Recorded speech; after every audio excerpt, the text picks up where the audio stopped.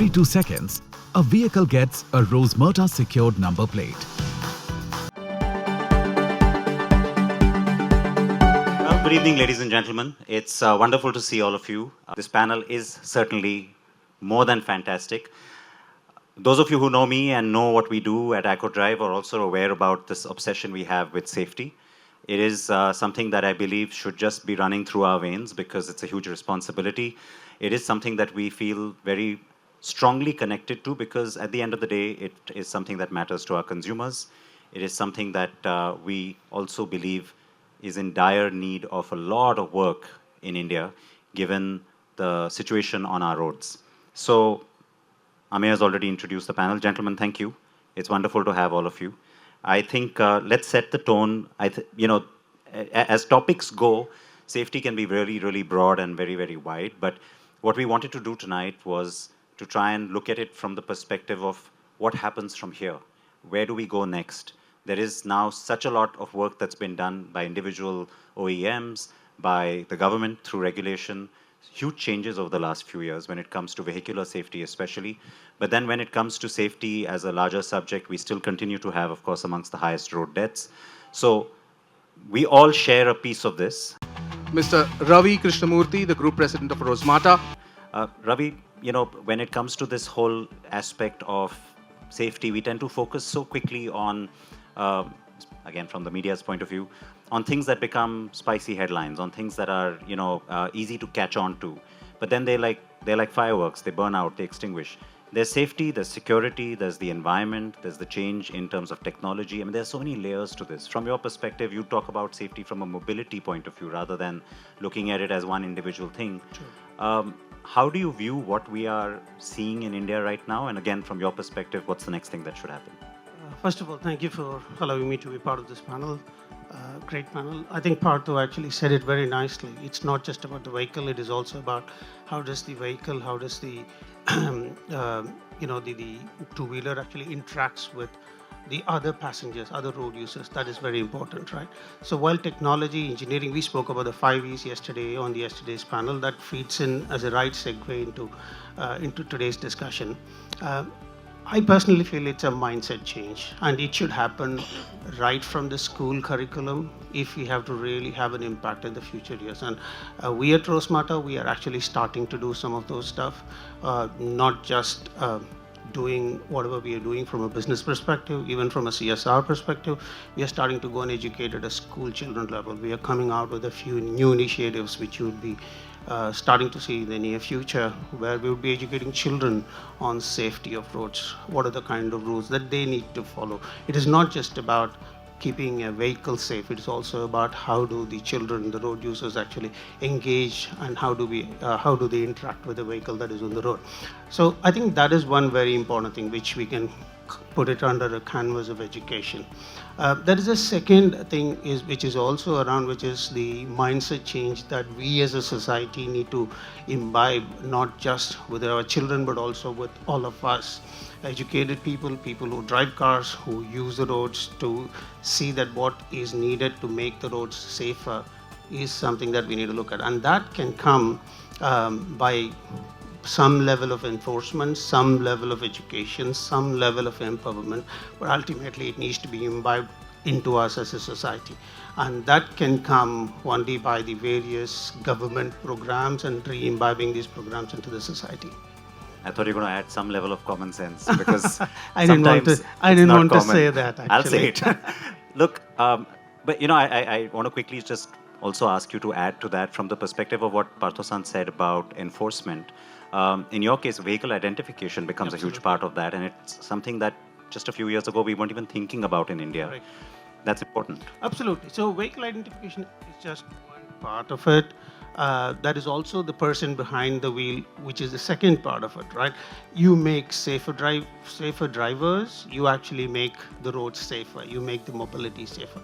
So to that effect, we even have automated driving tests and tracks that we have recently launched with in Delhi. We run 12 automated driving tests. I'll give you a funny data point here. We do about 1,500 driving tests in Delhi every day, automated, no human intervention. You know what I mean by human intervention. There is no subjectivity. You can't just walk into an RTO and take a driving license. There were nearly 99.9% success rate before the automated driving test came. It suddenly dropped to 60%. So it clearly How shocking. it clearly shows that there's a level of subjectivity in the issuance of driving licenses, and thereby leading to unsafe roads. We have automated sensors which captures this. There's no human intervention. There's a cameras. There are analytics that goes into it. The feedback is given to the driver to say where and what they did wrong, so that they can go and correct it. We even went to the extent of saying that you cannot take the second test the same day, which was possible before. So we, as an organization and as a government regulatory, principles that are starting to establish, I think we are in the right trend. We are trying to look at the cause of the problem rather than trying to see how we can solve the symptoms. I think that's the right thing to do, but I think we still have a long way to go. Oh, yes, we do. Shorter vehicles. I'm thrilled that Maruti is doing this. Ravi, we've spoken about, obviously vehicle systems, the obvious, let's say, aspects of safety. You can't talk about safety and then not talk about, we've also talked about security, but sustainability kind of goes with that, because we've got to see all of these changes happening, also keeping certain environmental considerations in mind, also migrating consumers to better technology, and vehicle scrappage needs to happen. I mean, I know this is maybe a multi-layered question, but how do you see those two things bridging, and how important is it for us to do it quickly? So I probably answer this question in two stages, please. One is how the technology is going to play. The second one is how the vehicle scrappage is. I think there are some great regulations that have come out on vehicle scrapping. Of course, they had to take it out. They are coming back again. Again, there are a lot of companies, including Rosmata, who is working very extensively on vehicle scrappage. We have set up our own facility. We can do up to 30,000 units a year. But that apart, we'd like to see the government offer more incentives. Can I just say absolutely, that? Yeah. Absolutely. We want the government to be a bit more proactive when it comes to that. While I would never want to criticize the government, but I think that's a suggestion that we should definitely put across.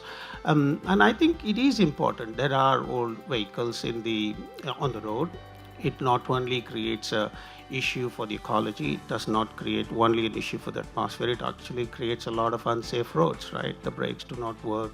It creates a lot more pollution. There are breathing problems that happens. The structurals of the vehicles is not great. So there are vehicles after a certain end of life should be allowed to be put into scrappage. And I think that is a very important thing that we need to work with the government to ensure that it happens much more rigorously. Coming down to the technology part, I think I would probably say there are technologies which are more robust than the car itself in today's world.